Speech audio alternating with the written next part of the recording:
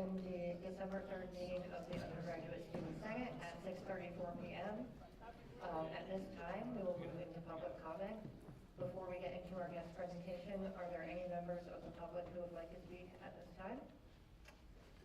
Okay, seeing none, I am very pleased to turn it over to Vice President for Student Life and Enrollment, Nathan First, Associate Vice President for Student Life, Cindy Cascanto, and Assistant Vice President for Enrollment, Lily Lucas.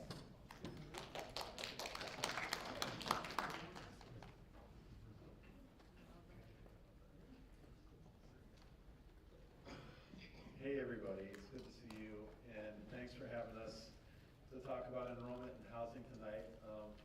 Invite us back anytime. We enjoy coming to visit with you, to see the things that you're doing, to hear about the things that you care about. Our focus is always about how do we make the student experience better. That doesn't mean that, well, I guess it implies that we know that there's things that we can always continue to improve.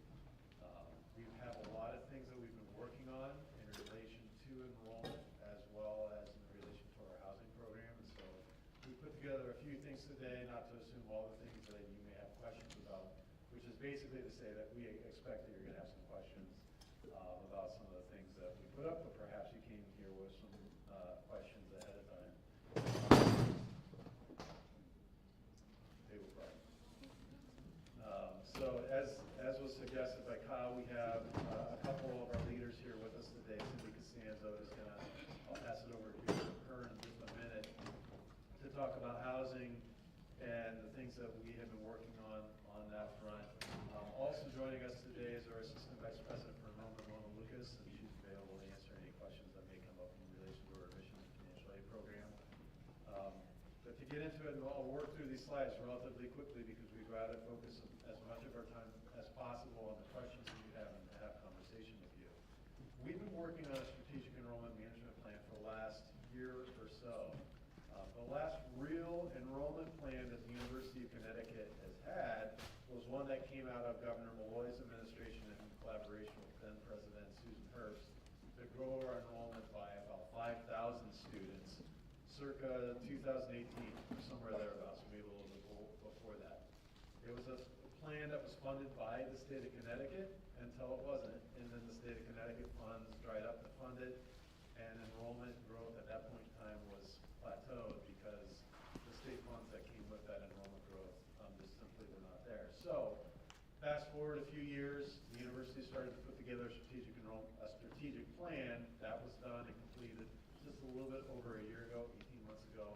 And the follow-on to that is the strategic enrollment management plan. Part of the strategic plan has an emphasis on student success and improving outcomes for our students, for you, in terms of your graduation rates, retention rates, outplacement rates, these kind of things. The strategic enrollment management plan really lays out the actions and details around how are we going to get there? What is going to be required in terms of investments? What is going to be required in terms of programming? And these sorts of things in order for us to be able to make progress along those lines. The front end of the strategic enrollment management plan really lays out what's our current state, the situational analysis. So we know that we have a lot of students who want to come to UConn every single year. About 40% of Connecticut high school seniors apply to come to UConn every single year. We have about 64,000 applications for admission last year total to come to the university. So UConn is in high demand. Why are we in high demand? Well, students generally, they do have a good experience. Again, not that we're perfect, but on the whole, our success rates are among the very highest of any public university in the United States. And when you compare that for our Storrs campus, that's the case. When you compare our comparable institutions of our regional campuses, we do far better than similarly statured institutions for our regional campuses. So on the whole, we do well, but not universally is that the case. We know that our first generation, our low income, our underrepresented minority students are not graduating at the same rates as other student populations. We also know that the state is reducing support for the University of Connecticut.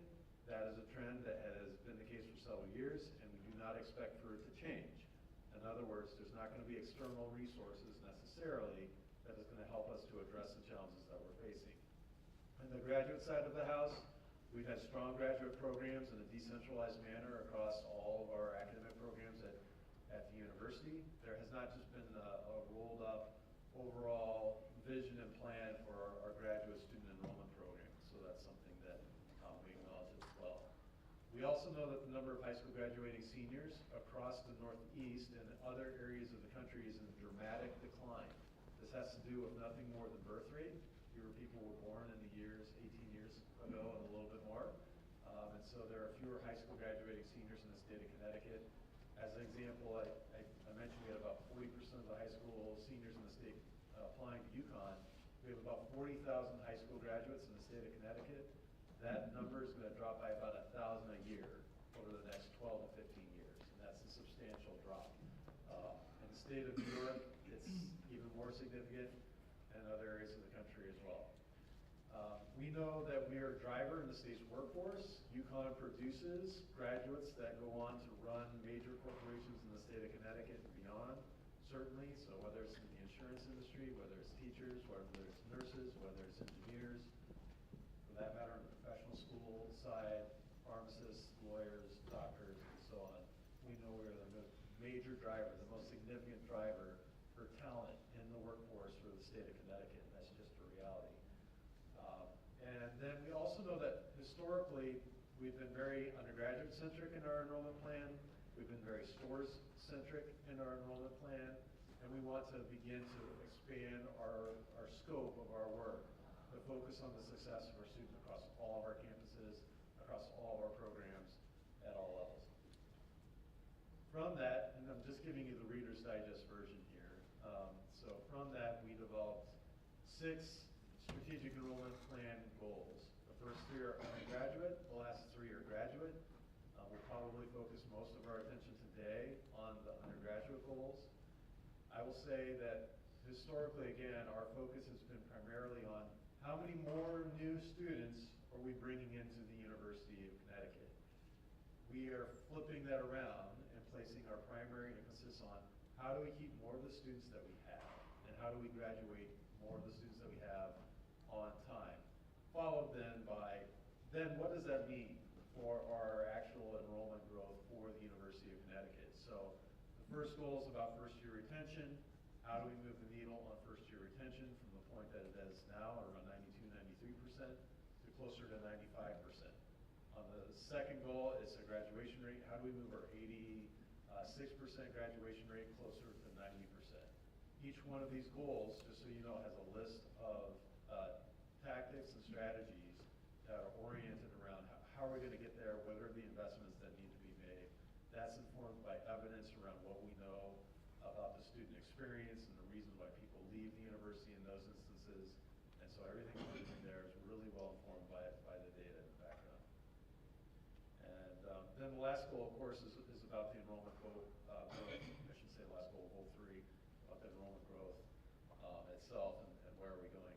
Goals 4, 5, and 6 are very different on the graduate side because we have not been as centralized in our thinking and holistic in our thinking across all of our graduate programs.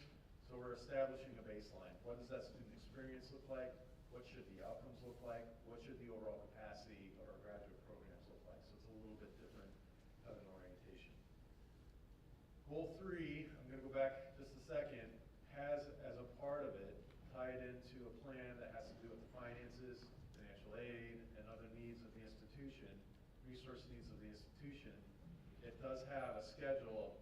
What do we anticipate our enrollment to be over the next 5 years? That's where I'm going to begin to transition the conversation into a housing conversation. Because prior to the last couple of years, we haven't done this direct linkage between our enrollment and what the needs were for housing. In fact, I'll just take a trip down memory lane. Just a couple years ago, when we consolidated our areas of student affairs and enrollment together, it was anticipated that we'd actually begin to be able to demolish by now North Residence Hall, as an example. I said, that's interesting, probably not a bad idea, given the state of the facility. At the same time, I'm reading the tea leaves here, and I'm thinking this doesn't make a lot of sense, because our enrollment has been growing and our first-year class has been getting larger. So how is it that we can say that we might be demolishing such a facility? So we did a lot of background work. Cindy and her team did work on this, forecasting out what were our needs. Other areas in university design forecasted out, and we realized actually that's not necessarily the case. So we took a step back, forecasted our enrollment out, and now directly linked to our enrollment plan, and this is only about 3 to 6 months old, this forecast.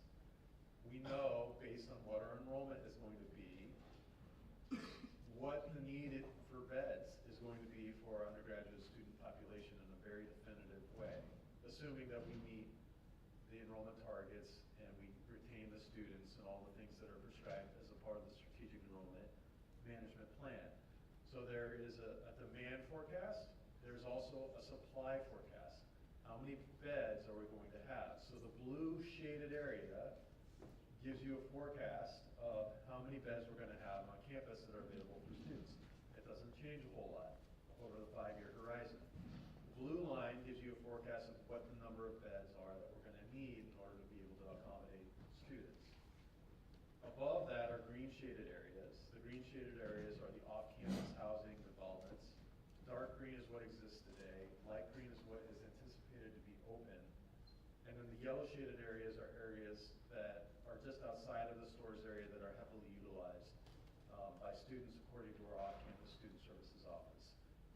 The orange line then gives you a forecast of the total amount of beds that are required to accommodate all of our students, all of our undergraduate students at the university. So you can see as a part of the forecast, at current state, if all of the light green shaded areas do come online, we have adequate supply of housing in order to be able to accommodate students.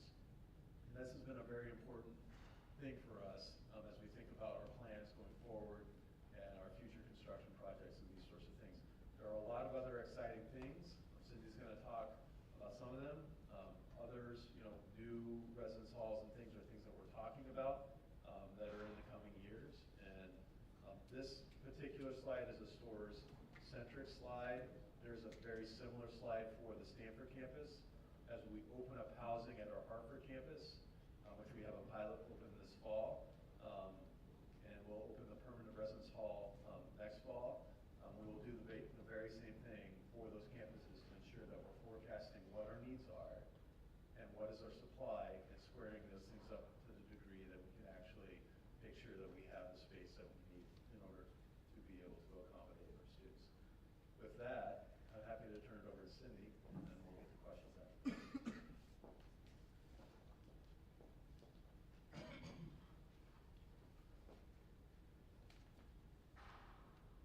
Well, I'm so glad to be back. I was here just a short while ago, and I was seeing faces that I'd only seen a few weeks ago. Thanks very much for having us. I love to talk about housing, and I really love to talk about housing right now because of what we're doing with housing on the campus.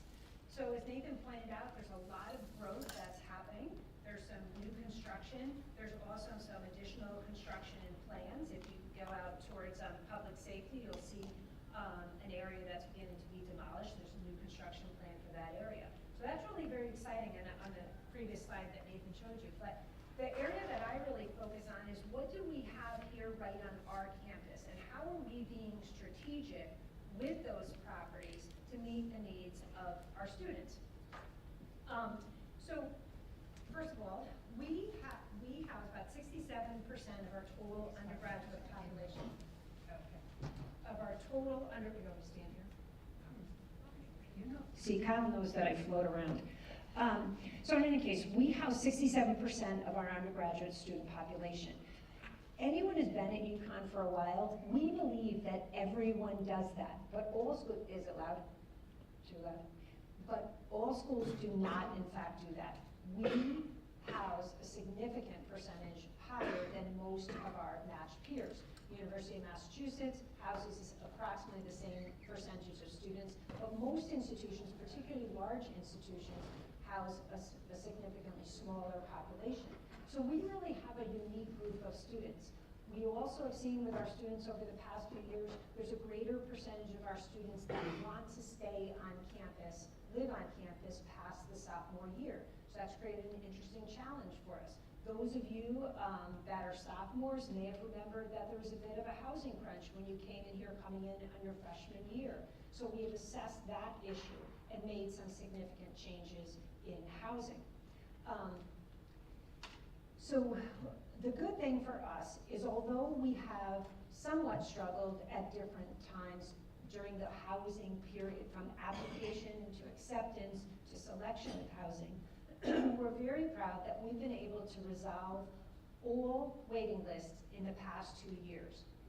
So sometimes what happens when students are placed on a waiting list after selection, they start to look off campus. And that is exactly what we need our students, our upper class students, to begin to think about.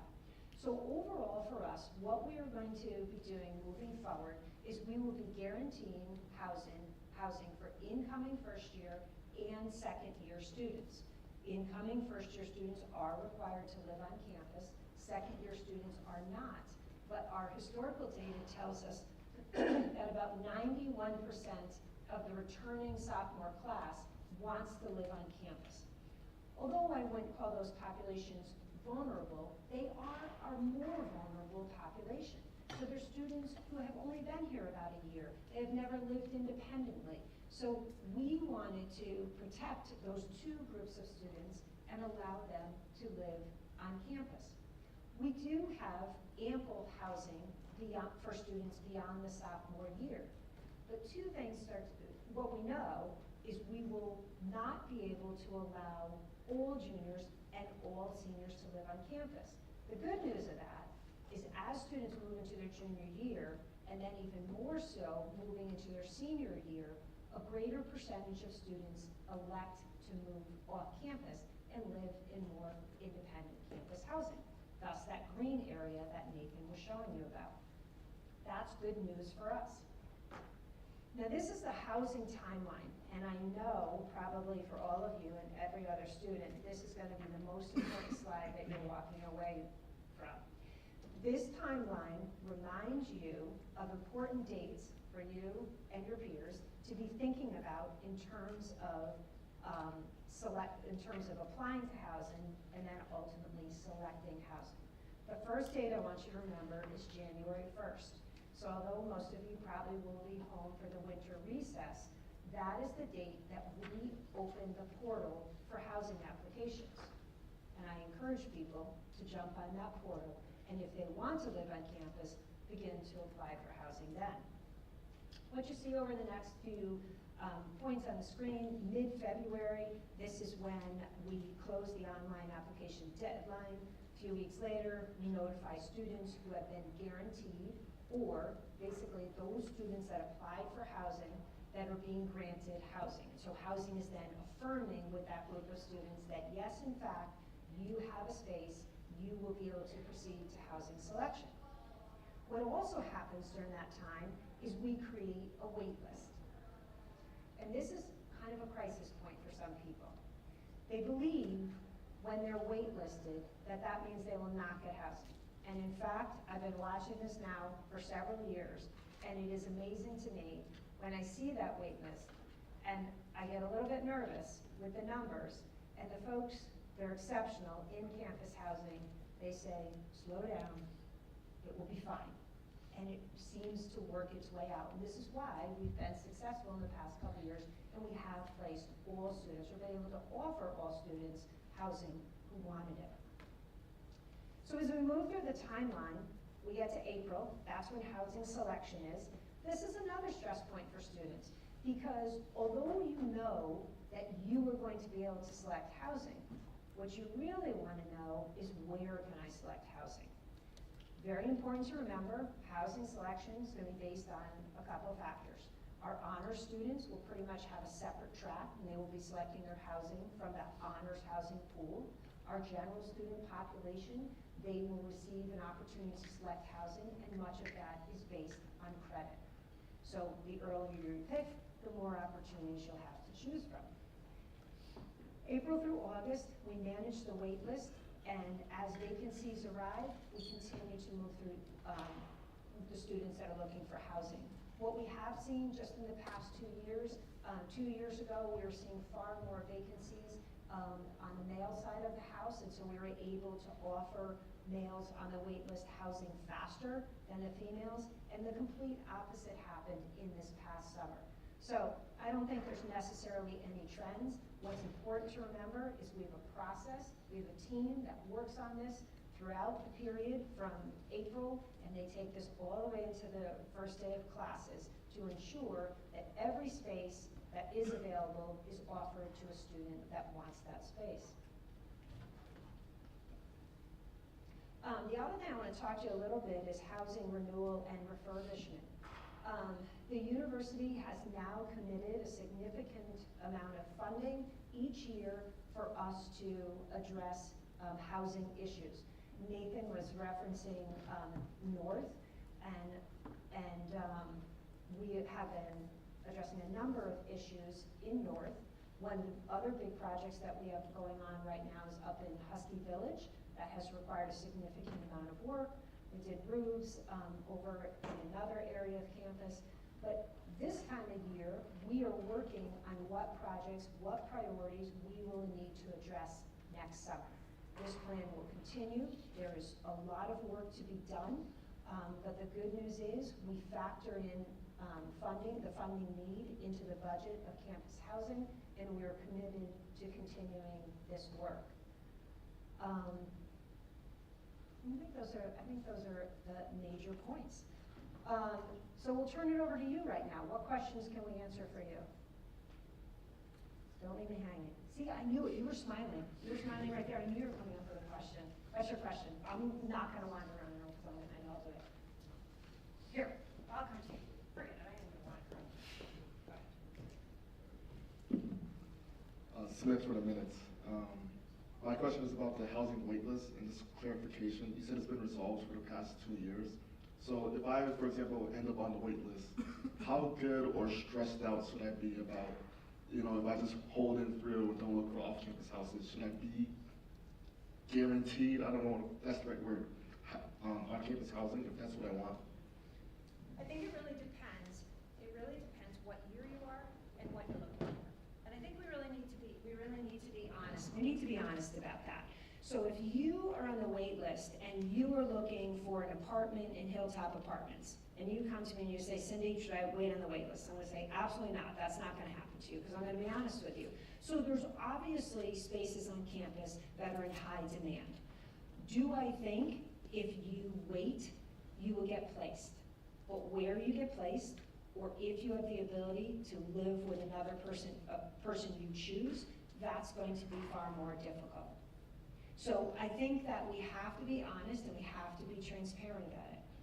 But one of the things, more often than not, when a student gets placed on a wait list and is concerned, what I do is I switch the conversation to, okay, let's look up what your odds are and where you might be able to live on campus. But let's look at an alternative. And that's when we start talking about off-campus housing. And we really start dispelling a lot of the myths that students, and more often than not, their parents have about off-campus housing. People will say to me, it's not affordable, I have to have a car, there's nowhere to live, everything is much more expensive. All of that is untrue. Parents will usually add that it's not safe. It is safe. So we have really great resources, we have really great resources that will also help you if you want to explore that option. So what I try and say to students, if you think you want to live on campus, the first thing you should do is submit your application on January 1st. And then let's move through the rest of the process together. The folks that are in campus housing are going to be a valuable resource. John Armstrong, who works in the Dean of Students office, is an exceptional resource, particularly in off-campus housing. So I think there's so many different circumstances. It's important for us to work with it student by student and see what your situation is. Okay. I have a second question. Sure. About the January 1st application. So when will there be a reminder sent out to students about when that's coming up? As many students sadly don't check their emails over winter break. Will it be coming like this week or next week? Well, I'm so glad you asked me that question, because one of the things that we started doing this year is Campus Housing has created kind of a little marketing campaign for themselves. So if you don't follow them online, I would recommend that you do. And there are a series of messages that are coming out. Even better, we're sending a series of messages to your families. So through the family portal right now, because a lot of parents do say, well, you're only telling my student, you're not telling me. So the same message is being sent to parents. And the bulk of those messages will be now through the end of the year. But the good news is you just heard it from me first. So January 1st.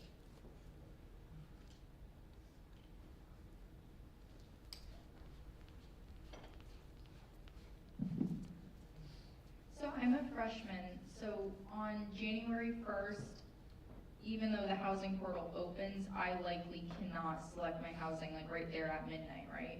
You can't select your housing, but I'm so glad you're here. It's almost like you're a plant. What's very important for you is on January 1st to submit your application. Because what I just said is housing is guaranteed for rising sophomores. There's an if or a but. And that but is that you apply on time. So if I were you, I would be submitting my application on January 1st. You'll then be notified mid-February, and you're going to be told that you have been confirmed for housing, and then you will move into the selection phase, and then you'll get notification. You'll get the notification of when your selection time is. Are you an honor student? Okay, so you'll follow along. You can go online on the housing website, and it will give you, based on your credits, the likelihood of what area you will have the opportunity to select from. So some students that come with a significant number of credits, although you may be going into your third semester, you may actually qualify as a fourth semester. So I would, that chart is fantastic. So, and that chart, there's a chart available for both honor students and for non-honor students. So I would really encourage you to look for that on the website. What website is it? It's on the campus housing website. I'm gonna have to look at it. You find it first, come on. But it is there, and if I can't find, if you don't find it tonight, I will find it for you, and I'll send it to Kyle. Okay.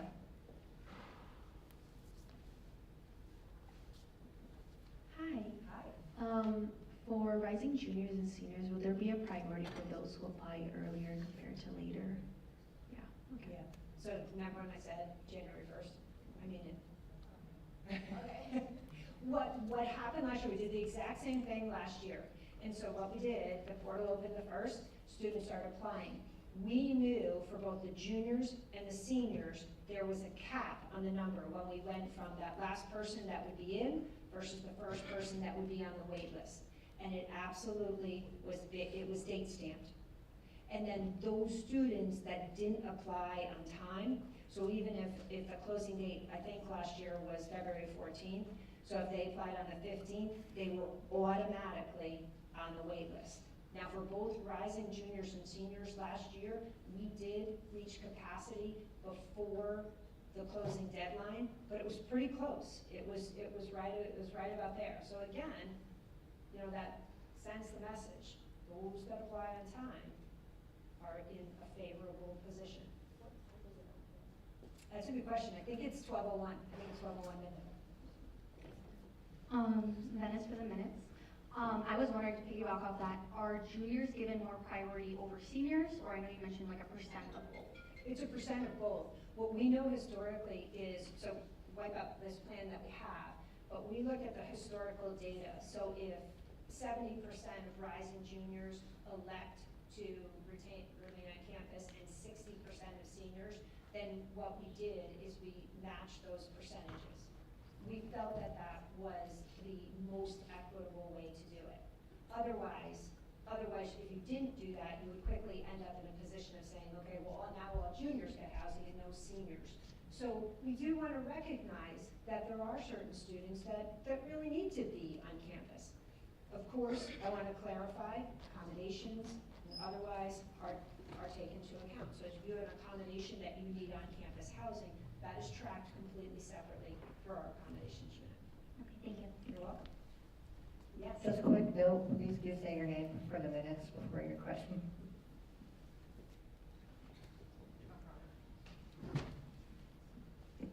Rowan for the minutes. So I think a lot of the concern with students is that I think a lot of the wording around campus, like with, no offense to you, like with a lot of what you're saying about like concerns, I think a lot of what the school's messaging has been, what a lot of what the university's messaging has been, has sort of been deflecting off the very real issues that there are with like off-campus housing, and like even like comparing like our percentage of on-campus housing to off-campus housing to a school like UMass, considering that UMass already had an issue of an off-campus housing development burning down and having to rehouse hundreds of students. So there are and we've had similar, and there are very real issues like some of the off-campus developments that it just seems like when parents ask because they have these genuine concerns, it seems like they're sort of deflect.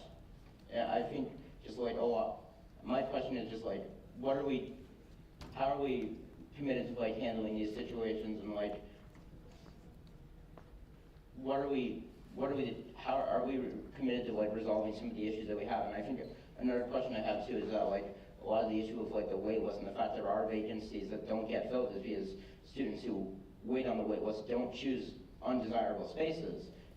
Juniors and seniors are not gonna, many juniors and seniors are not gonna elect to live in towers if that's all that's available to them.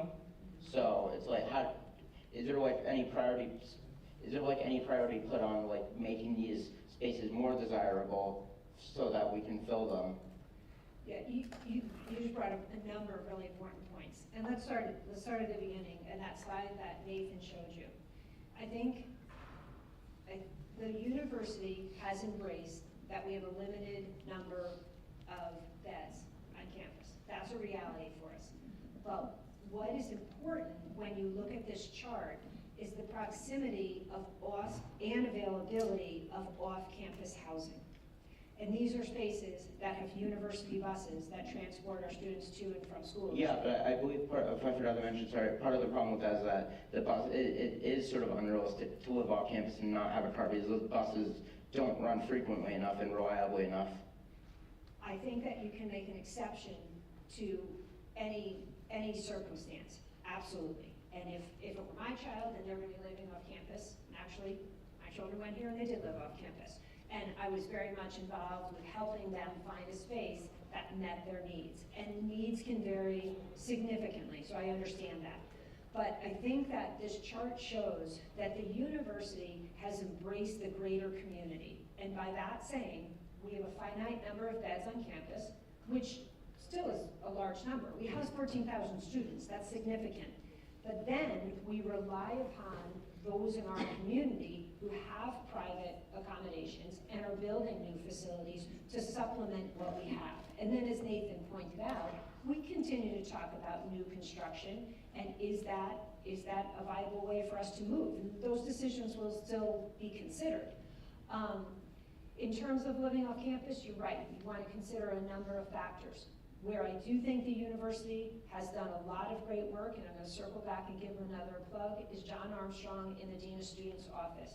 He's done an exceptional job with the team that he works with, holding webinars for both parents and students, educating them, and really helping to address some fears and concerns. And I think that work should be noted and recognize how much he does. So we understand where students are, we understand where parents are, but this is a realistic, I think, progressive approach to addressing housing holistically for our community. Other questions? Was there another question? I'm sorry, there are a lot of questions in there. That second point about the like on-campus stuff, undesirable. I don't like to say undesirable. What I will say is there certainly are preferable places to live on campus. One thing that we have done is we have created first-year communities beyond the learning communities, and now all of our first-year students live between Northwest, North, and Towers. So why we did it, with the exception of learning communities, but why we did that is to really create intentional first-year communities and create points of connection. But all of that housing stock, so if we're expecting 4,500 incoming first years, we're pulling all of that stock out, which then is creating more opportunities for rising sophomores, juniors, and seniors to live in some of the other housing areas. I would just add, there is a multiple year plan that is a living, breathing plan now that is intended to lay out the schedule for the funds that Cindy talked about that we're reinvesting into improving our housing stock. So, as an example, I mean, what we hear from students, and you tell us, we're really relying on you here to tell us, what would you like to see? The last time that we were here, we heard about amenities like air conditioning, improvement to bathrooms, common spaces, and these sorts of things. So we have really tried to use what you have shared with us to formulate that plan moving forward. As an example, we're working on adding air conditioning to the entirety of Northwest, which will be completed by the end of next summer. Those plans started to come together last year after this meeting where we talked about what your interests were. And we're continuing to focus on working on bathrooms and some of the other areas, investing the money as best as we can to improve the accommodations, but also to address deferred maintenance needs.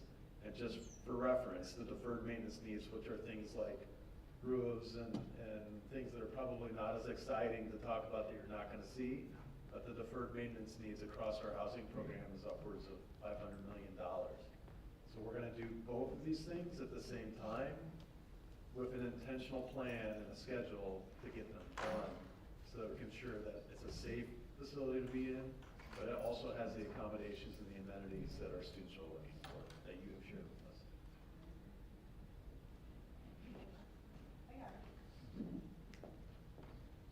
Yeah, so I just wanted to ask about, I mean, you kind of touched on this a little bit about maintenance. So I live in Charter Oaks, and my building has been under construction since I moved in. And so there have been a lot of issues with flooding, like when it rains outside. My roommate's room, they actually had to come in and take her wall off because we're on the first floor. And so there's like mold buildup and things like that. And I know, like, you know, I'm a senior, right? And so like my housing journey at UConn hasn't been the best, but I also think about freshmen because when I was a freshman and a sophomore, I lived in North and Northwest. And, you know, a lot of students are out of state like myself, right? And I think their first impression of the university and a large contributor to their experience here at the university are their living circumstances, right? And so freshmen, you're away from home, and like, I think a lot of the time, housing can be a very difficult thing to navigate, especially when you have a roommate. A lot of people are like living with someone you don't know. And I think that was like a really big thing for me. Like I was just so depressed my freshman and sophomore year because like I just was so uncomfortable in my living space. And I just was curious like what you all are doing, or you know, this may be a housing question too, to kind of remedy that and potentially like aid those immediate things, because air conditioning is nice. But I personally rather be like hot in my dorm opposed to like, you know, like getting sick because of the black mold or like waking up like with a roach in my bed, things like that. And I know those have been big concerns too. I don't think that's, let's be honest. I mean, first of all, if there is, Mold should always be addressed, and there's a specific process to do that. So should you or any student observe mold in your space, that should immediately be reported to residential life through your RA, your hall director, and that should be immediately addressed. There's no exception, there's no working around that. That absolutely should be done. And if it's not done, you should call my office, and we will. So the university has a specific process how to do that. But I think more importantly, you raised a really interesting point. You talked about your living experience. And we talk about this a lot. And I'm old. I was here in 1984. And we moved into residence halls, and no one talked about these things. Like, what was your experience living with a person you didn't know, being far away from home, or any of those other factors. And we've come so far right now to today. And one thing that I do think, I think that residential life, campus housing in general, is far more progressive in how we attempt to do that. We intentionally create communities. I'm going to go back to, I truly believe in this plan of clustering most of our first year students together in North. And I know what you can say, you know, maybe it's not beautiful on the outside or beautiful on the inside, but you can create beautiful communities inside with the people that you live with. And I truly do believe that. So, but I do think it's a challenge when it's somewhere upwards of 96% of incoming first-year students have never shared a bedroom with someone. They haven't shared a bedroom with a sibling, and so this is a really new experience. And how do you live with another person who may not be someone that you know? But it's also an opportunity for growth. And I'm not saying that's easy, But I do believe that we are aware of it. I do believe it is something we work on. I do believe it is something we need to be committed to, because I think that it's a significant component of your overall growth and development. And my only point was, now 30 plus years ago, we weren't even talking about that. We are talking about it. We do recognize what that difference is. And that's a large part of the work that we in student life do. So, other questions? Yes? Hi, Anthony for the minutes. I've had a largely positive experience in housing so far. I'm over in alumni, I'm very lucky for it. My main question is about the maintenance. Obviously, it's like you can't avoid it, it happens. My elevator has broken down 5 times within the semester, it's unlucky. But is there any steps that we can take to give students transparency in when stuff is gonna get fixed? Because like, Yes. obviously it's not the same, but I know when my package is gonna get delivered, but I have no clue when my elevator is gonna be fixed. It can be days, weeks, and I have people who've been like woken up at the crack of dawn, 8 a.m. with someone pounding on their door trying to get in to fix something, which obviously has to happen, but like, is there any way to like make it a bit more obvious to students what's going on in the space where they live? Yes, where do you live? I live in alumni, I'm in Eddy. Okay, I'll follow up on that tomorrow. That's unacceptable. Although I can't say that I can control whether an elevator breaks down or not, but we can control communication, and we should, and that's our responsibility to do so. And that will be addressed. And the second thing is, you also should not expect for facilities, if you have called in a work order, and if it is emergent, there's a means by which to take care of it, and if it's not emergent, it can be scheduled. But that information should be communicated to you, and your RA should be aware of it. And so both of those points I will follow up on, but I will follow up on your elevator. I'm glad you like alumni. Yes? Alexis for the minute, and I just wanted to talk about transfers choices in housing. I'm a transfer from Boston University, and my options were extremely limited. My housing selection opened in late July, and I was left with North, which I honestly don't have too much of a problem with. I definitely don't think it should be demolished. It's fine, but it is frustrating to, when people ask you as a sophomore where you live, to say North and like kind of get that like look like, why are you living there? And I also think it makes the adjustment a lot more difficult because you're surrounded primarily by freshmen, and I wish there was something that like the school could do to get more transfers in areas with people their age, and I was just wondering if you guys had any thoughts on that. 2 areas we're looking at is transfer and campus change students. And the goal is to begin to create communities and cluster those students as well. So the first step is looking at clustering the first year students and how that then creates other space. And the second phase of that is to look at both transfer and campus change students. Because campus change students report the exact same thing.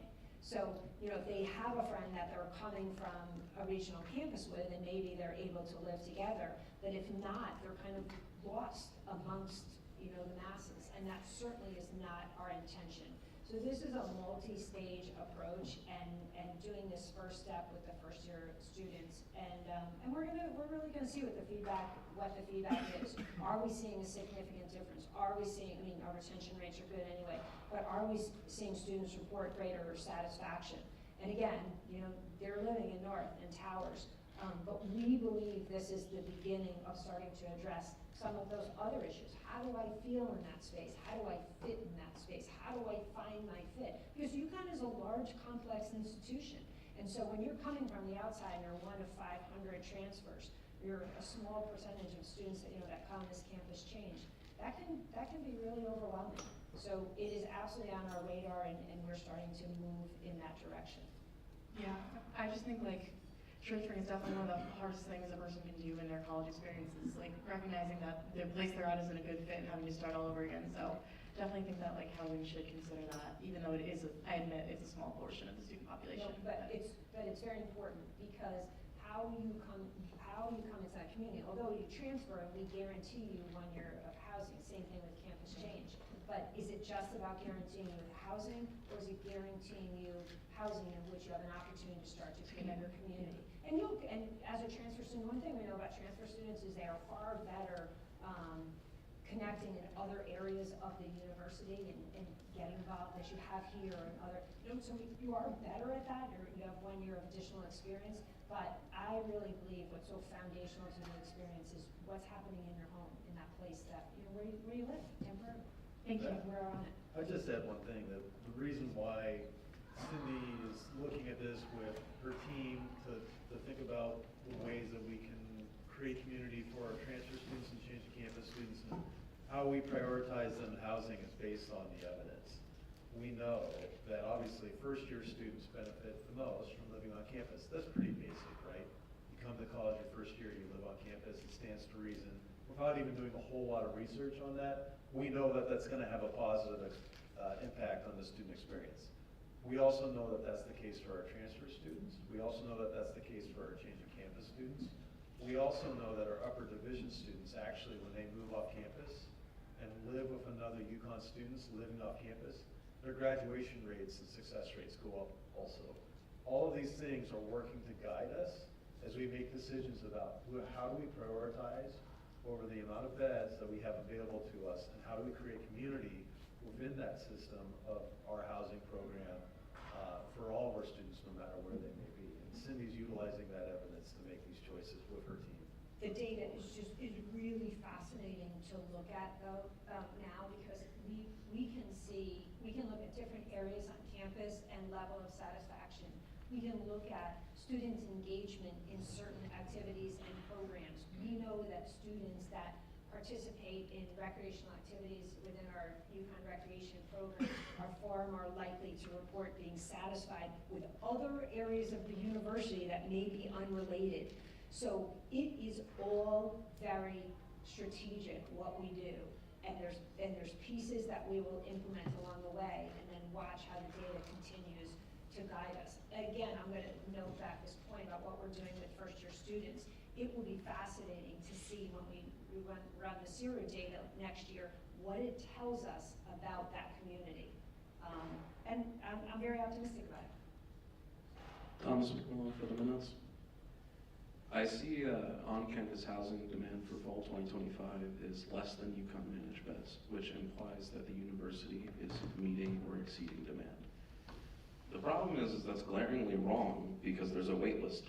If there is a wait list, that is demand that's not being met, that is forced to find other supply, meaning that this data is inherently incorrect. Now, I'm not saying that the numbers don't come from true things, that they are measured after the university has dealt with the problem that they're not meeting demand by offloading it to other sources. I myself am a victim of this. There are plenty of other people that have had to deal with it. Reddit, social media, go wherever you want, people complain about it all the time. If people have left the campus because they cannot live here, that number should not be included in demand. That is a failure. That is not a example of the UConn meeting the amount of beds that they are requested for. Now, I'm not saying that some people choose to leave and that all of the waitlist encompasses that situation, but the truth is that a significant portion of it does. People want to live here. That's a pretty cool thing, and UConn does do a really good job at housing a significant amount of people. But I think the student body is absolutely tired of hearing that they're meeting demand. They're not. It's wrong. I know that's not really a question. It's a statement. You're free to respond, but I just have to say that. No, I think I'll comment and Cindy correct whatever I get wrong. What I think Cindy said earlier applies. We are able to accommodate the number of students, and we're able to find space for them. What we're not able to guarantee is that you get the exact space that you want in the priority that you would like it. The reality of it is that there's an adequate supply of housing, but it's always and inevitably going to be the case that you're not going to necessarily get a suite style residence hall if that's what you want. And that's what we're seeing, is that students are opting to say, I really want to live in Connecticut Hall, or I really want to live in South, and that's a large piece of what generates the wait list. But what we've also seen, and Cindy described, is that over time, we have been able to accommodate all the students on the wait list as they get on there and they see, I'm not going to be able to get the spot that I want, so I'm actually now going to consider to move off campus, maybe to the Oaks, maybe to somewhere along Baxter Road, maybe somewhere, maybe at the Standard. So that's how this plays out.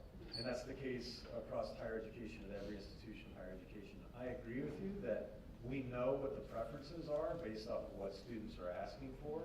We would love to be in a position to construct facilities that would accommodate exactly what you need and what you ask for. It's cost prohibitive for the university to do exactly that, but that's not going to stop us from building a plan to continue to do the things that we talked about, to continue to improve upon the accommodations, and think about future residence halls and these sorts of things, but also considering what's available off campus, not to build an oversupply of housing and these sorts of things at the same time. So it's a balancing act that we're trying to strike here. We're keeping an eye on affordability. That's an aspect of things. So we can get into the financing of all. That is a big piece of the conversation. We have to ensure that what we do in constructing buildings and pricing, your cost of education doesn't price some students out of being able to go to school here at the same time. That's an aspect of it as well. So we're trying to balance all those things and get as much satisfaction as we can in the process. John Guthrie for the minutes. So I just wanted to mention off of the point that we made on transfer students. I myself was a transfer student, but I had a little bit different experience than someone maybe coming from BU or out of state. I was from a regional campus, so when I transferred here junior year, I remember looking at my selection times, and they were so late that I was pretty much going to be at North, if not anywhere else. But I ended up in Hilltop Apartments because I had a friend that I knew because I was from a regional campus. I had a friend from home. He was at Stores. He let me room with him the first year. And so knowing someone for me at state was really helpful because I was a junior. I was kind of getting here late, but I already had a little bit of a community. And so I do think that I'm kind of an exception. I know people do get put in North or get put in other places as juniors or even sophomores, even seniors probably, if they transfer at that point. But my point is, I think there probably should be a preference for students who transfer. We already mentioned it's a smaller community, maybe 500 students. So there should probably be a system where we look, if it's a junior transferring here, they're already guaranteed housing. Let's put them somewhere where there's going to be other juniors that they can kind of room with. Because at that point, why would we room them with, freshmen or sophomores, or even room them with juniors, but in a place where it's mostly freshmen, sophomores? They're not going to really build a community in that living space. And I think living on campus, from what I've heard so far, is that a lot of people make their friends living here, and if the idea is that juniors, seniors get put off campus, how are they going to make a community when all of these people that they're not going to really interact with out of classes off campus? So I think that should be considered. You keep mentioning data, and you're kind of taking our concerns. So if you can think of that in the back of your mind, I think that should be implemented. But that was just my statement too, going off of your point at BU. Thank you. I think it's important to create systems and support networks, and I do think it's important to work with the data. I think we know historically regional campus change students struggle more. And I mean, logically, that makes sense. If they're not coming with a friend and living with a friend, that's going to be a greater challenge, particularly if you're joining in a community that knows each other. So sure, that's challenging. And that's why we're paying attention to that population, the transfer population. But I think it's also important to understand that students will make a diverse array of choices. Like, there's some students that will transfer. 2 women that I've worked with this past year, both originally thought about living on campus, and within a month changed their mind and they want to live off campus. So it should not be our responsibility to decide for all of you what is best. It is important for us to create communities, create options for you to choose from, and understand that your needs could vary, and do vary. Hi, Olivia for the minutes. So going off of Thomas's point, I was just wondering, how long will someone be on the wait list before they're alerted whether or not they're going to get housing? Because I think his point, part of the reason some people might leave the wait list is, I understand, if we're getting to July and August, you don't want to wait to get housing that long, and that's when people start scrambling, and I think that's where the affordability piece comes in, because by July and August, there's not a lot left, and especially for people that need to live on campus because that's what they can afford. A lot of them won't have cars, and what's left is something like the standard, which isn't affordable. So I was just wondering, how soon the university tries to alert people, because realistically, students can't wait until August to know they have housing. You want some good news? Yes. There's not one person that was on the wait list this past year that applied on time that was still on the wait list past the beginning of May. That's factually true, because I watched it. This was fascinating to me. I mean, I'm relatively new to this role, so it's fascinating to me to really dig in and understand this. So when students talk about, I'm on the wait list and it's the middle of August, the question you should ask them is, when did you submit your housing application? And you know when I bet they did? June 1st. So, and now look, I'm not pointing fingers, but let's be honest about that. The second thing is, you know why it takes so long to come off the wait list?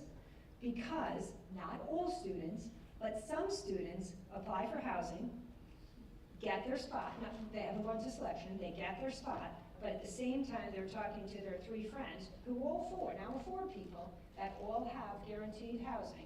And those 4 people are looking at apartments to see what they can find off campus. Then they find the apartment, they get their lease, and they haven't canceled what they have.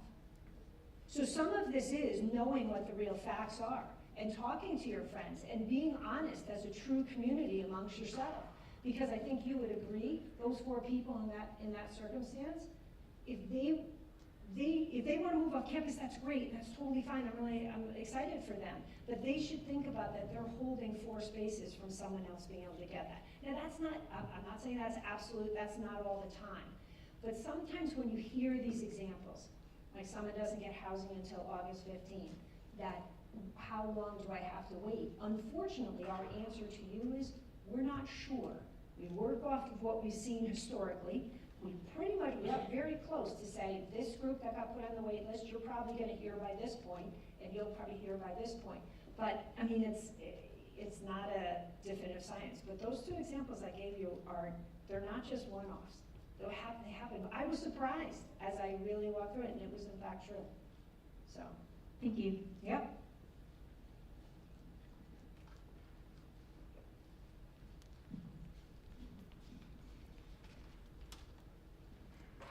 Hello, Shabir for the minutes. Thank you again, guys, so much for coming out. I had a question concerning the consideration of international students in the housing process. I've heard a lot of concerns given that many international students haven't yet attained things like a credit score, social security number, and obtaining off-campus housing is much harder in situations like that, navigating different social settings. So I'm just kind of curious what consideration is given to upperclassmen international students in this process and helping them in that manner. It is really very interesting, and much of it depends where the international students are from, but many international students choose to live off campus. Some even in their first year asking for an exemption not to live on campus.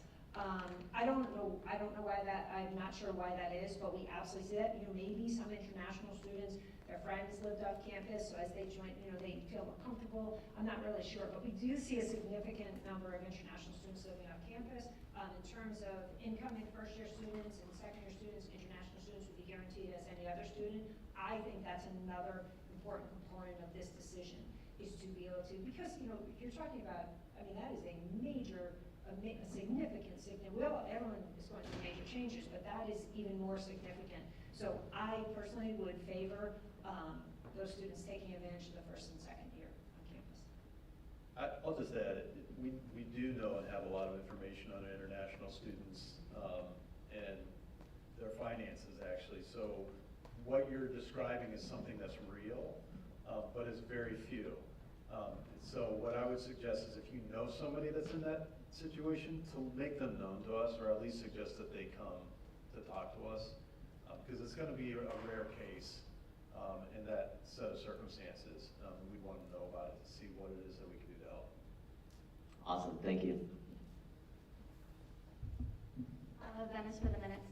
I was a campus change student last semester, so I came in the spring, and I had a different experience in the sense that I had a lot of housing options, and I had a lot of spaces open, but there was a lack of information for me from the Stanford housing, which is very different, more apartment style, to here, and there wasn't information necessarily, like I was placed in honors housing, but I'm not an honors student.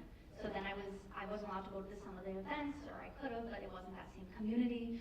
So there was a lot, and the people I transferred with, some people who were juniors ended up in North because we didn't know and we weren't a part of that community that knew.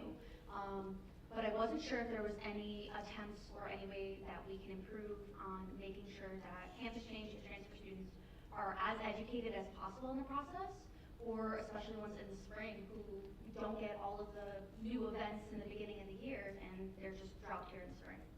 Yeah, I think I'm smiling because you were touching on an issue that is so sensitive to me and that we are really going to commit ourselves to. I think were you a Spring to Stores student? No, I wasn't. Oh, you do, okay. So when you said you came in the spring, that first year student that goes to a regional for one semester and then comes to Stores, we call them Spring to Stores. And I mean, it's a great opportunity for the student, but also they're coming in one semester behind everyone else who has already assimilated in. We need to be committed to this group of students, and I mean, campus change in general. I agree with you. We don't want to be putting juniors in North, et cetera, in more first-year dominated areas. We are aggressively looking at this, and I think that within the next couple of years, although it may not benefit you, I think you'll see a significant change. I do like what you said about Stanford housing, because the other thing that we're looking at, and we're looking at in Hartford as well, is trying to, although the housing is very different and is going to be apartment style, we're trying to align the amenities, and some of this comes down to price too, with what amenities you would then see. Because one of the things you're pointing out is we didn't know. I mean, if you were to look at the map and say, well, what is that housing? So one of the things that we want to start doing a better job is helping you understand what the different types of housing are and the amenities that come along with the rate system. So in Hartford, when we're opening that property this next fall, the rating will be 6, 7, and 8, which aligns with the amenities that you would see on the Stores campus of 6, 7, 8. And that's just one small example, but there's 100 small examples that we can look at. And this will be a target focus, myself and the Dean of Students Office.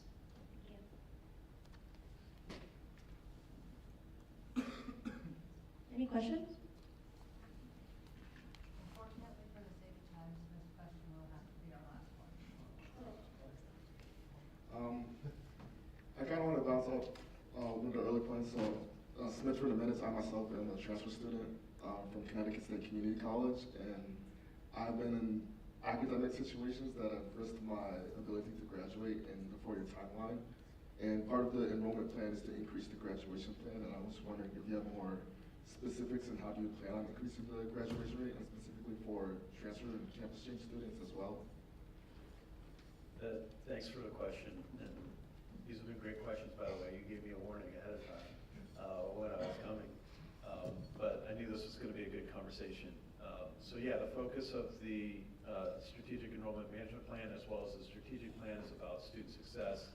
We've obviously gathered as much evidence as we have available to us, including not just outcomes data across the different student populations that attend the university, but also things like the 60-second survey that you take when you sign up for an advising appointment. Tells us a lot of information.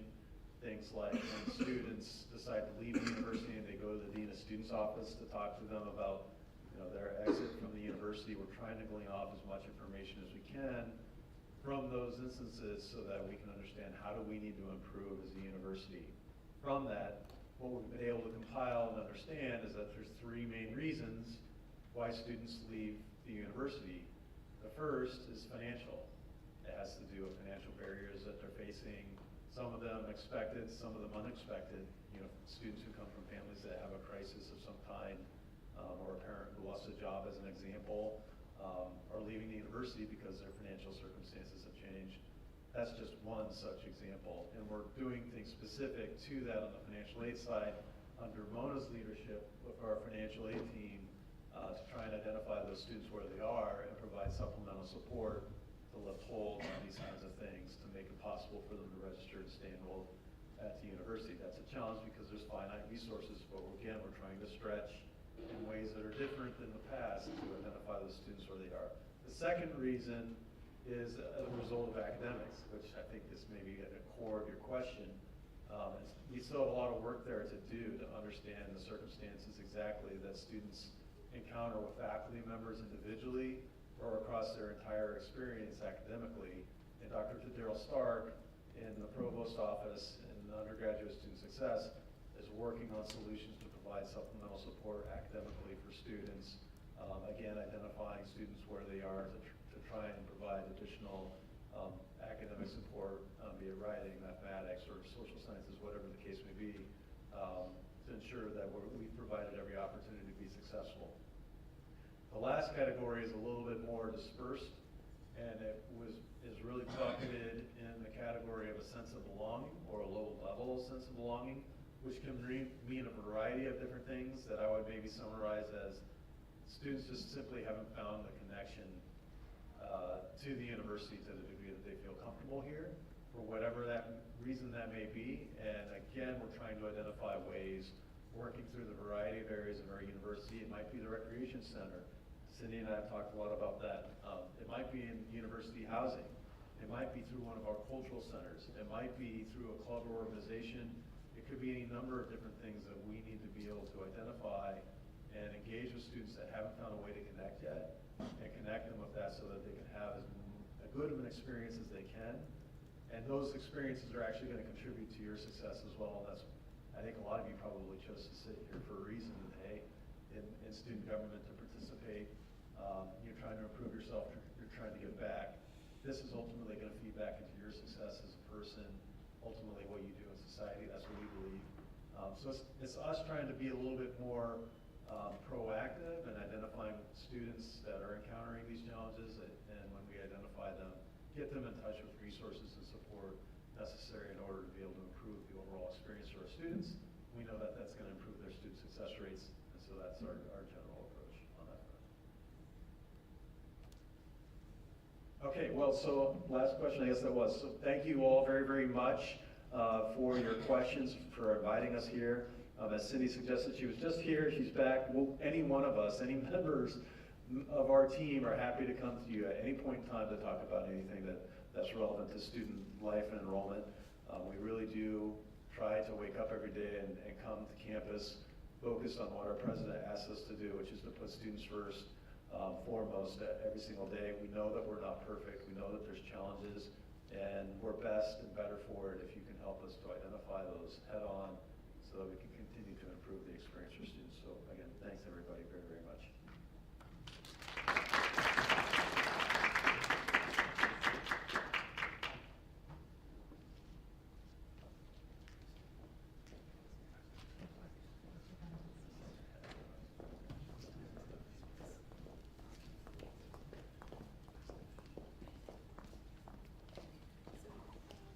Okay, just gonna give everyone a chance to get the attendance real quick. Realized I couldn't go early before the meeting.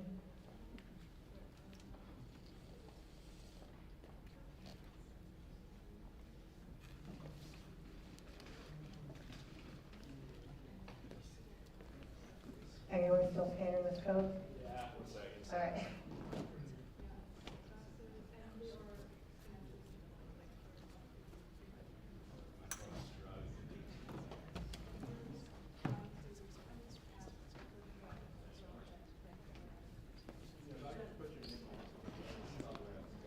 Jack Jules here.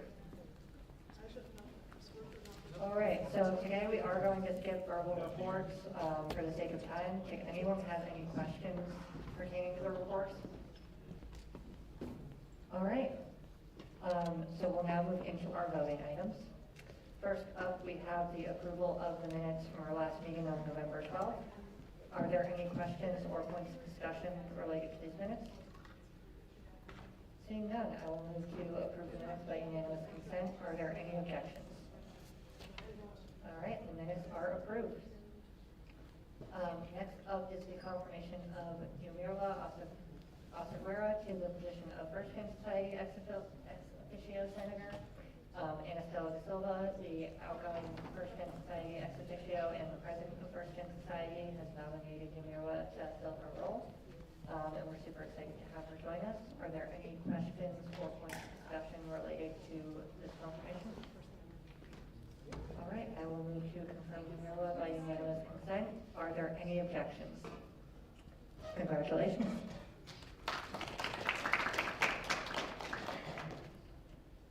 Okay, next up, we have the confirmation of our nominations committee, which is a committee composed of 5 senators who are tasked with filling vacancies on the judiciary. We will have a vacancy occurring because one of our justices is graduating early. So this committee is Laura Wagner as chair, Winnie, Tamara, Arav, and Tanya. And this committee was nominated by the president as outlined in the Constitution. Andy, anything to add? Should I get up there? Sure.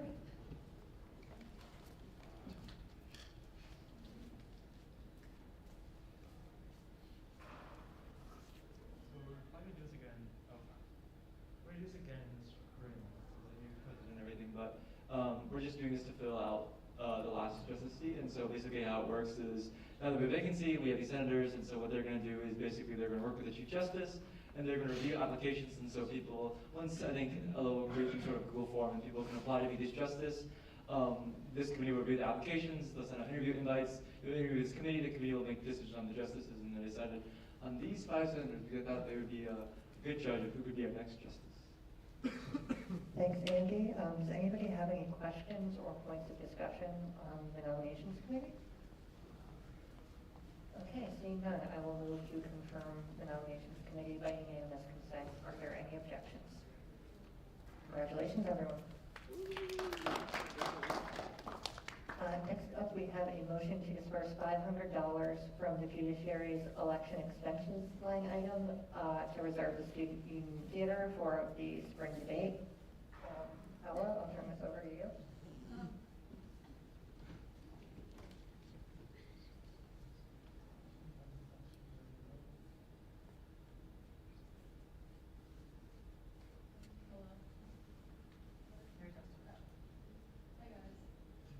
Hello? Oh. Hi guys.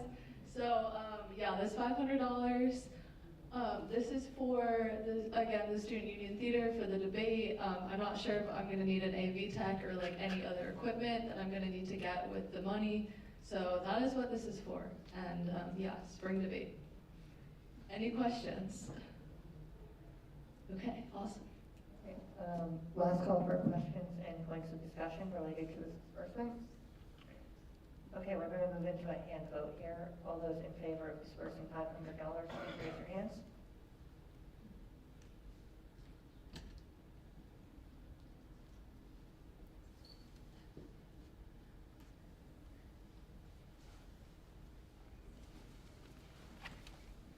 Opposed?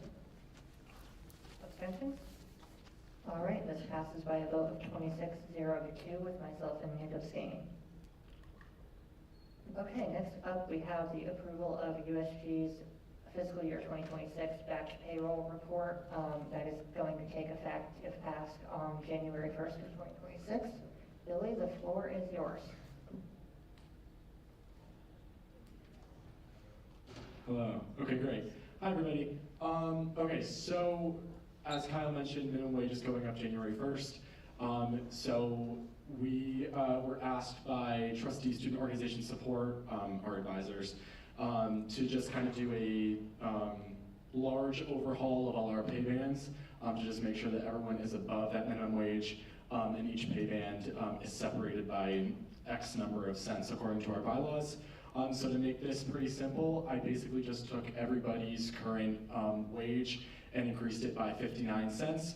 So each of the 5 pay bands just got a 59-cent raise. So you can see there that the 16.35-cent pay band and the 16.50 pay band are just going to be automatically moved up by 59 cents. But I manually increased the $17.10 pay band, the $18 pay band, and the $18.75 pay band to match them with that 59-cent increase. So, any questions? Are there any questions or points of discussion on this document? I will also clarify that this is to bring our pay rates in compliance with our bylaws in the scales that have been laid out. This is not inaction of like giving employees raises. Last call for questions and discussion. Okay, we will move into a hand vote on this. As a reminder to all senators in paid positions, please abstain. All those in favor?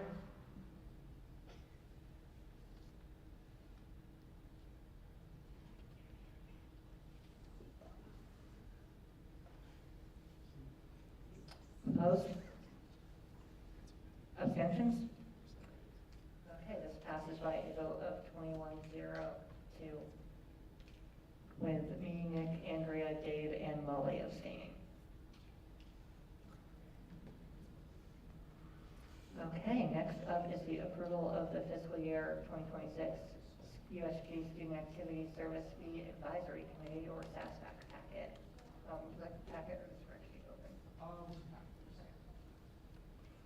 Okay, guys, so this one, just to give some context, I serve on the Student Activity and Service Fee Advisory Committee. This is a committee that meets yearly. They evaluate all of the university department and student activity budgets that receive a portion of their budget from GUF, which is the General University Fee, or the Student Activity Fee, which is, in our case, that's the one that we receive, as well as the other tier 3s. So Trustee Student Organization Support has asked all of the tier 3s, as they do every year, to fill out this big form that basically asks me to outline what percentage of our budget goes towards operating expenses, what percent of our budget goes towards advocacy and programming, as well as tier 2 funding. It asks me to outline our mission, how the initiatives that we budget for meet our mission. It asks about payroll and how many paid employees we have, as well as a bunch of other things. And then the spreadsheet, which Kyle, you don't have to pull up, but it's linked in the agenda. The SASBAC spreadsheet asks me to make some budget projections for future fiscal years regarding what we think our fee revenue will be based on student enrollment, what we think our rollover from previous fiscal years will be. So depending on how much we spend down our budget this year, what does that carryover look like into fiscal year 27, and how does that impact what we're budgeting for in future fiscal years? Just to kind of give a rundown, I was pretty conservative with, or I guess the opposite of conservative. I made it sound like we were spending down our budget quite a lot this year because I'd like to, and we're going to talk about that in the mid-year budget review. But I made it so that it looks like we had as little carryover as possible, and that's intentional because I want USG to be able to seek a fee increase for not next fiscal year, but the fiscal year after. So we need to show that we're using our budget efficiently and that we're spending down our fund balance. So if you look into the budget projections, it looks like we're not going to have a lot of carryover. That might happen, that might not happen. Again, they're all projections, but it's just an estimation. We'll see what really happens. But if you have any questions, feel free to ask them. Does anybody have any questions? Is there a, oh yeah. Smith for the minutes. So is this the application to SASBAC asking for a fee increase, or at least starting the process for that? So it can be. This year it's not.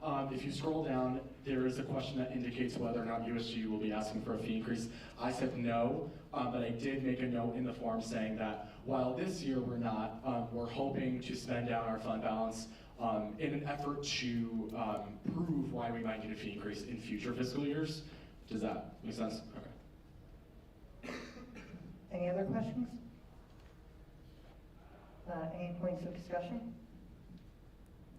Okay, we'll move into another hand vote here. All those in favor?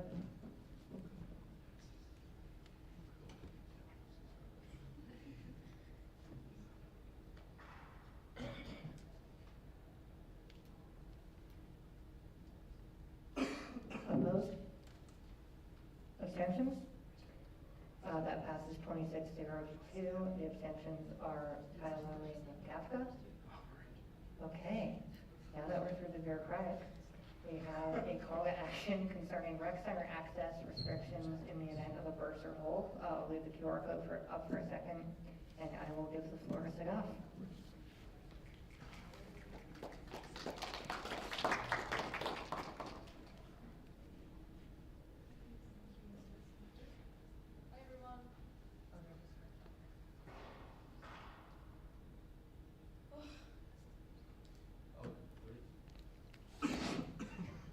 Hi everyone. So right now it is the case that if a student has an outstanding balance of more than 300 or even less, well, on the website it says 300, but I have heard anecdotes of people with far less outstanding balance who were restricted from entering and utilizing the rec center. And this comes in conjunction with other forms of restrictions that comes with outstanding balance, namely prohibition of the students with outstanding balance from enrolling in classes, which if anyone has ever tried to do that at UConn, you miss it by an hour and you're on a wait list.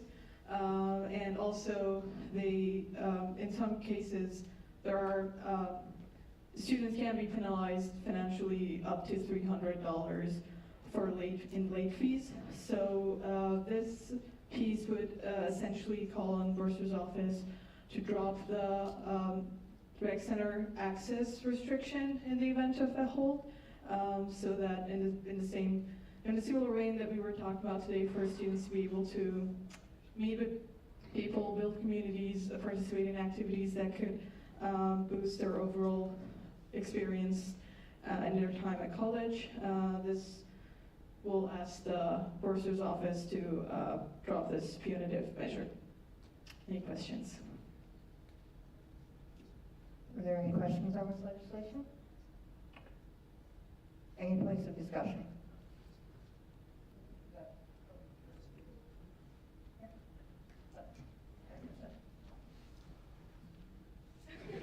Thank you. I do have a question, and I haven't fully read the full legislation, so it might be on there. But is there like a cap? Because at some point I feel like the Bursar's office would probably say, well, if someone has like 10,000 or some crazy number on hold, they probably shouldn't be able to utilize the rec. But I do agree, like I like this legislation, just wonder if there's a cap. No, because I intentionally actually didn't make that happen because there are a couple of issues. Is that sometimes the hold comes from like miscellaneous mid-semester fees that are not accounted for in our tuition. Sometimes it is the case that international students have different fiscal deadlines. For instance, maybe like they're not able to pay it in time, but they would have to pay it before the start of the next semester. So it is not going to be the case of like people free riding per se, because they would have to, in order to be able to be registering classes, they would have to pay it off before the start of the school semester. And in the case that they are not able to use the rec center because of that, they would have to pay for something that they were not able to pay for it in time because of different fiscal timelines that they weren't able to be aligned. So that intentionally leaves that out, if that answers your question. So that definitely answers it, and thank you. And so just knowing that, that's really helpful to know. I also really like the point of this legislation because in that sense, we also pay to use the rec, so all of a sudden they can kind of just say, you already paid, but like you can't come in now because of some other hold that's kind of unrelated to the rec, and I feel like that's like, why am I paying then if I can't use the rec? So I agree. That actually happened to me because I have $30 outstanding balance because I went to the SHA and had my blood drawn, and $30, because I looked up the website when I was writing the legislation, and in the website it says that there's not going to be any restriction if the amount is less than 300, but that was not the case for my personal experience. So yeah, there are cases that you pay your tuition, but like I mentioned, there are mid-semester miscellaneous fees that gets added to your balance and prevents you from utilizing something that you paid for. We'll go to Briel, then Caroline.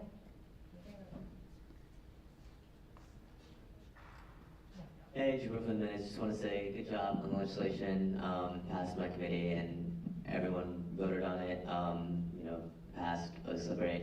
Also just wanted to make a comment as well. I used to work at the rec back in my day.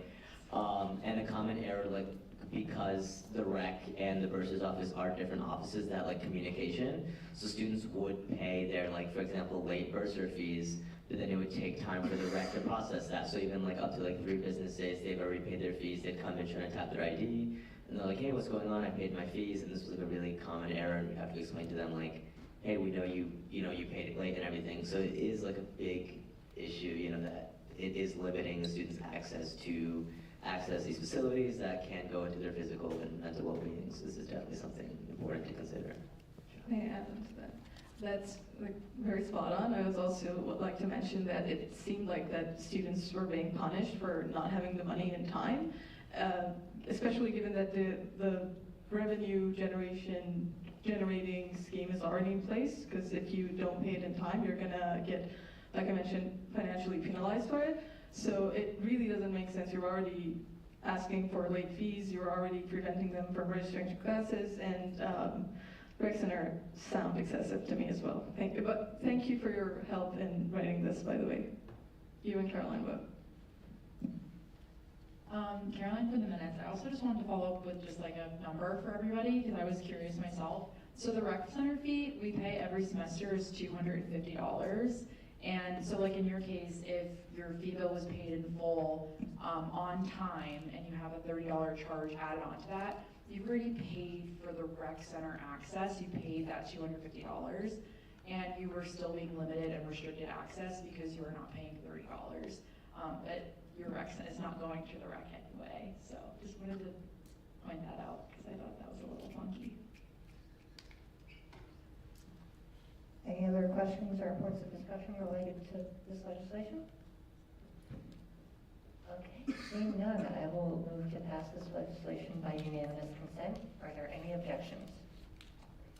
This legislation passes. Congratulations, Senator Zarang. Okay, we'll move into discussion now. Before the mid-year budget review, the President has raised an important point of discussion.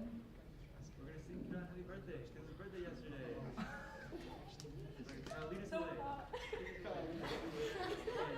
Happy birthday to you. Happy birthday to you. Happy birthday, dear Caroline. Happy birthday to you. Also, Saturday was Harper's birthday, but she's not here, so happy birthday, Harper. That's exciting. We're moving to our mid-year budget review, and I'll hand it over to Billy.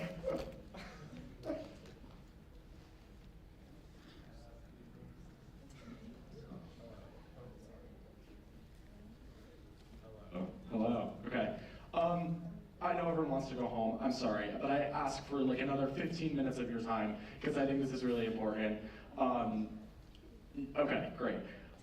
So this is a presentation that was made by our operations manager, Nick Murphy, who is off in Italy. I think he's in Italy. It's really great, so I just want to give him a quick shout out. I just wanted to do a quick kind of wrap up of our budget and what we've spent so far in the fall, and to just get some ideas going and to kind of continue that narrative of spending down our fund balance. So just kind of looking at where we still have not spent our money, where we have spent our money, just to kind of support that SASFAC narrative when you guys are in committee. So, okay, so just an overview. I've talked about this before, but I'm going to reiterate it. Our budget comes from $19,590 fee units with some rollover from FY25. So that left us with about $2.2 million for our budget this year. And thus far, we have dispersed almost $1 million of that, so that's really great. But we still have some remaining, obviously, and we're going to get into where those line items remain. So next slide. Okay, so for the Office of the President, we've dispersed about, we've spent about $2,300 in membership events, giveaways, and other cabinet needs, and that was for our fall retreat. We've also spent a little bit for committee meeting food. We've dispersed $1,000 of that, but we've only spent about $280 at at Big Y's for your committee food, so still got a lot to go there. And then we've also spent $17.50. Those are also blanket PRs, but I didn't note them as that. They're for office supplies and facilities payments, but we typically spend those down, so I didn't feel like tracking that. For my office, some interesting things to note here. TSOS payroll, we spent about $67,000 in TSOS payroll there.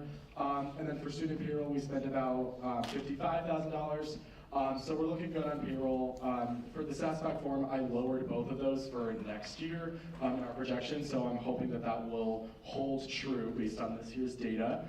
Nutmeg yearbook, we officially cleared that out in the books, so we have an extra $5,000 there. That line item is one place where we're going to maybe try to reallocate that towards another initiative that the Office of the President and Vice President is working on with either Uber or VO. Community outreach, not a blanket PR, but we signed an MOU with them to disperse a full $40,000 for their alternative breaks.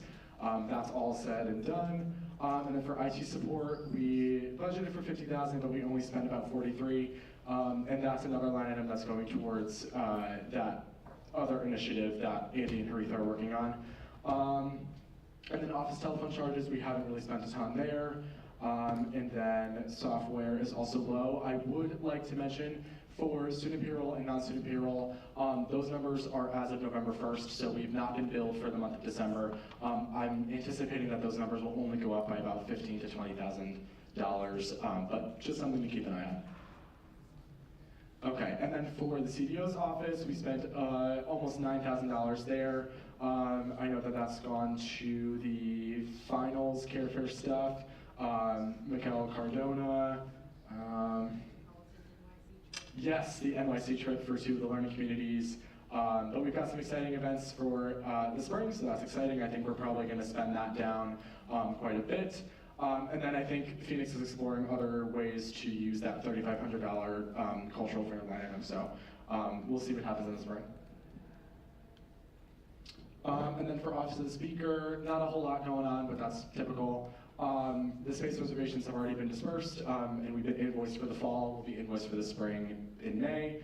The Big Y Pizza, we're going strong. We're doing just fine, so you're still going to have your pizzas for the spring. And then I know Kyle's working on Senator outreach events and the mentorship program potentially for the spring, so we'll see what happens with those line items as well, but I'm not too worried about Office of the Speaker. Judiciary, we just dispersed that $500 for election expenses, so that's great. That'll go towards the theater that we mentioned. And then I know for judiciary supplies, Ella's looking into getting some food for judiciary as well as for the debate, so that will all be spent down, hopefully. Comms team, this is kind of gray area right now. We don't really know what this one's going towards. I know we're looking into maybe using that $10,000 line item for some either USG uniforms or merch for the Rainbow Center drag show that Phoenix and I are working on. Equipment upgrades, I don't imagine that this line item is going to be used. That's probably going to be reallocated somewhere else since comms team upgraded their equipment last fiscal year.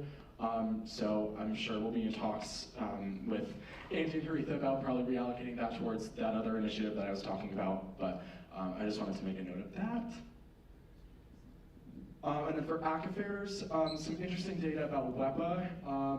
That invoice, I think, is from either late October or early November, so we don't have data about we don't have data about November for WEPA just yet. But we've spent about $30,000 there. Not too concerning because that's one half of the year. We'll probably get pretty close to that $75,000, but I don't think we'll need to reallocate more funding towards that line item. But that's something to keep an eye on, Caroline. And then the newspaper subscriptions, we dispersed all of that. That's all said and done in the PR form. And then I know Caroline's working towards spending down some of those other line items. Just something to brainstorm in committee, but yeah, this is one of our bigger committees where I think we could see a lot of activity, physical activity in the spring. Yeah. And then external, same thing. We spent about $850 for the clothing closet. And potentially we can use that line item for more resources, hangers and whatnot. There, lots of opportunity for community engagement. I know y'all are working on stuff for the spring, so that's exciting. But that's another one where I'm hoping to see that number get spent down for SASFAC purposes. And then student services, we spent about $1,700 for the cooking class, the super successful cooking class that we had. I know that initiative is going to be repeated in the spring a few different times, so that line item I imagine we'll see be swept. I know Jabril and Venice are still working on the hygiene event, as well as mental health initiatives. I'm excited to see where legal services goes, pending the RFP. So I know that one will probably be spent down. And then the Plan B blanket PR, that's not zero. We just have not been invoiced for the fall semester yet. But I imagine we'll see probably about $5,000 come out of that line item. But Shaw just bills us in December, end of December, and then end of spring. So we'll see those line items as well start to come down.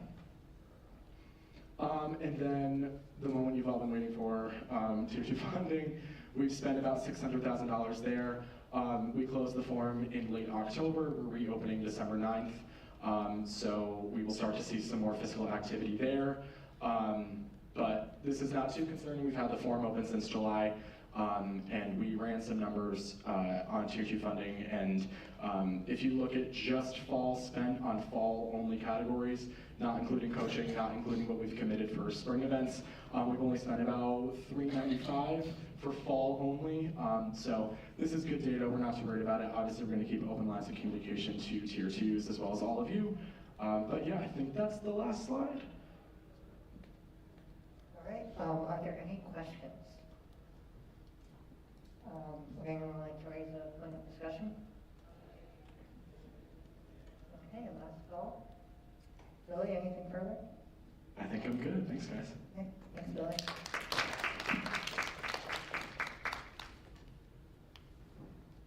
Okay, we're going to move into announcements now. First up is to fill out the guest speaker interest form for the spring. This form is to help decide which administrators we will have at a spring Senate meeting. And please have that filled in by the end of finals week to have your response considered. Next up, we have a vacancy in the judiciary. Ellen, you want to talk about that?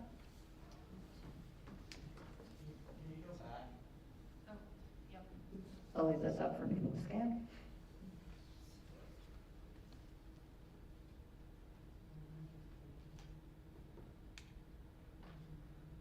Okay, so there's not much to say, but there is a vacancy in the judiciary. So if anybody knows anyone that is interested, is like a pre-law student or interested in law school or just interested in getting involved in USG, please send them my way.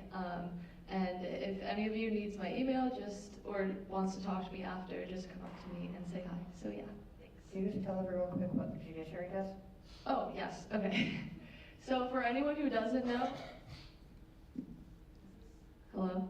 For anyone who doesn't know, the judiciary basically votes on funding appeals. That's the majority of what we do. And then occasionally we'll have a hearing if those funding appeals do go through.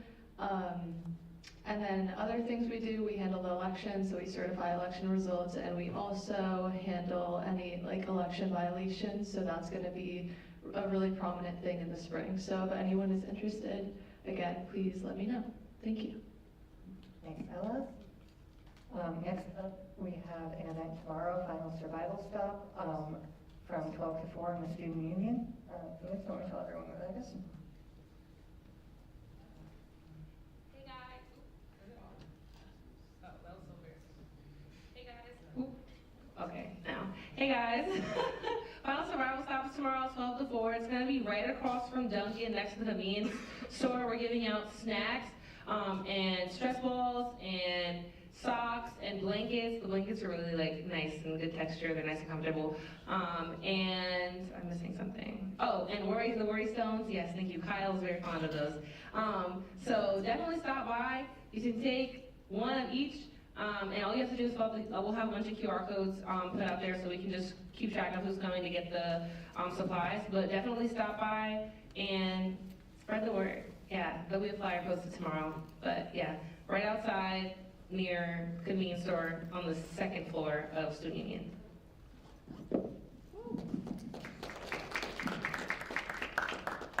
Next up, we have an announcement from Nick.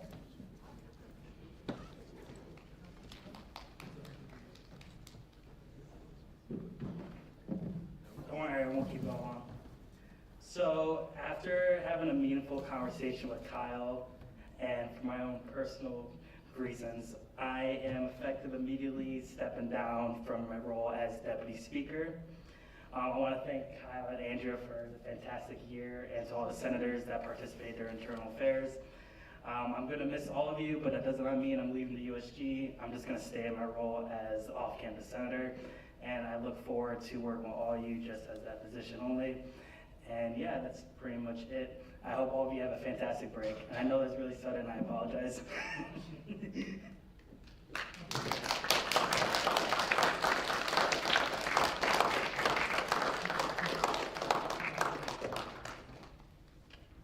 Finally, I just want to wish everyone good luck with finals and have a great break. If you need anything, please reach out. I will be working over the break. Happy to set up a time to meet, call, whatever.